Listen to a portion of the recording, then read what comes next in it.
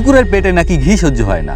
তো এটা নিয়ে কিছুদিন আগে একটা এক্সপেরিমেন্ট করেছিলাম, যেখানে কুকুরকে খাবারের সাথে ঘি মিশিয়ে খাইয়েছিলাম এবং তাকে 24 ঘন্টার জন্য অবজারভেশনে রেখেছিলাম। তো সেই ভিডিওর কমেন্টে অনেকেই বলেছেন যে 24 ঘন্টায় কিছু হয় না, 20 থেকে 30 দিন পরে নাকি তার লোম পড়ে যাবে।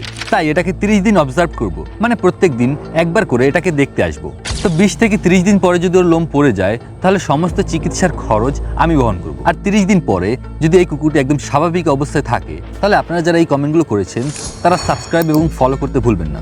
কুকুরটিকে ঘি খাইয়েছিলাম 8 সেপ্টেম্বর, আর আজ 11 সেপ্টেম্বর, মানে আজকের দিন নিয়ে 3 দিন, আরও 27 দিন এটাকে অবজার্ভ করতে হবে। 11 সেপ্টেম্বর থেকে আমাদের মিশন শুরু করলাম। 12 সেপ্টেম্বর, 17 সেপ্টেম্বর গিয়ে দেখি বেঞ্চের নিচে বসা। আজ 10 দিন পূর্ণ হলো। এবার দেখবো আমাদের কুকুরটির কি অবস্থা। একটু ধারে এসে দেখাও। দেখতে পাচ্ছেন কোনো প্রকার লোম উঠে যাওয়া বা এমন কোনো সমস্যা দেখতে পাচ্ছি না এখন পর্যন্ত। তো আরও 20 দিন এটাকে এভাবেই অবজারভেশন করব। আমরা একটা পারি না, আর সে 2টা গার্লফ্রেন্ড নিয়ে ঘোরে। তো গার্লফ্রেন্ড এদিরা সে বেশিরভাগ সময় তার গার্লফ্রেন্ডদের সাথে থাকে। তার এই সুন্দরী গার্লফ্রেন্ডের নাম কারিনা কাপুর চুকুর, আরেকটার নাম কানু মণ্ডল, কারণ তার এক কান কাটা। আজ 29 তারিখ, মানে 21তম দিন। তো 21তম দিনে কুকুরটির কি অবস্থা আপনারা একটু নিজেরাই দেখুন। ক্যামেরাম্যান একটু ক্লোজ নিয়ে আসো।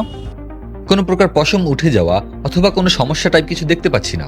তো এখনো 9 দিন এটাকে অবজার্ভ করতে হবে, এবং সর্বশেষ 9 দিন পরে যখন 30 দিন পূর্ণ হবে, তখন আপনাদের পুরোপুরি রিপোর্টটা দিব। 30 সেপ্টেম্বর,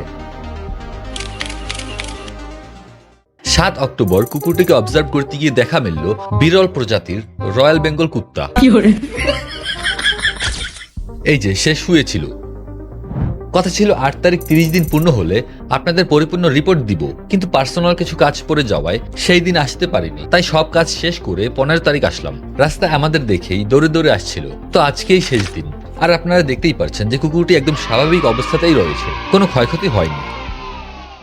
এখন আপনাদের কিছু কথা বলি। ভাই, মানুষ এআই এর যুগে চলে গিয়েছে, আর আপনারা সেই তথাকথিত কুসংস্কারই আটকে রয়েছেন। এই এক্সপেরিমেন্টটি করার জন্য আমি 7 থেকে 10 দিন রিসার্চ করি এবং একজন ভেটেরিয়ানের সাথে কথা বলি, এই ভিডিওটা তৈরি করি। আপনাদের কি মনে হয়, ঘি খাওয়ালে যদি কুকুরের কোনো ক্ষতি হয়, আমি কি এই ভিডিওটা করতাম? কখনোই না। কারণ শুধু শুধু একটি প্রাণীর ক্ষতি করে কি লাভ? অনেকে আবার কমেন্ট করেছেন যে একদিন খাওয়ালে কিছুই হয় না, প্রতিদিন টানা 1 মাস ঘি খাওয়ালে নাকি এর গায়ের লোম পড়ে যাবে। আরে ভাই, এমন কোনো সায়েন্টিফিক এভিডেন্স নেই যেখানে কুকুরকে টানা 1 মাস ঘি খাওয়ালে তাদের গায়ের লোম উঠে যাবে। তো এখনো যারা এই এআই এর যুগে কুসংস্কারগুলো বিশ্বাস করেন, তারা তাদের কুসংস্কারগুলো আমার কমেন্ট বক্সে দিয়ে দিন। আপনাদের কুসংস্কারগুলো ভাঙার দায়িত্ব আমার।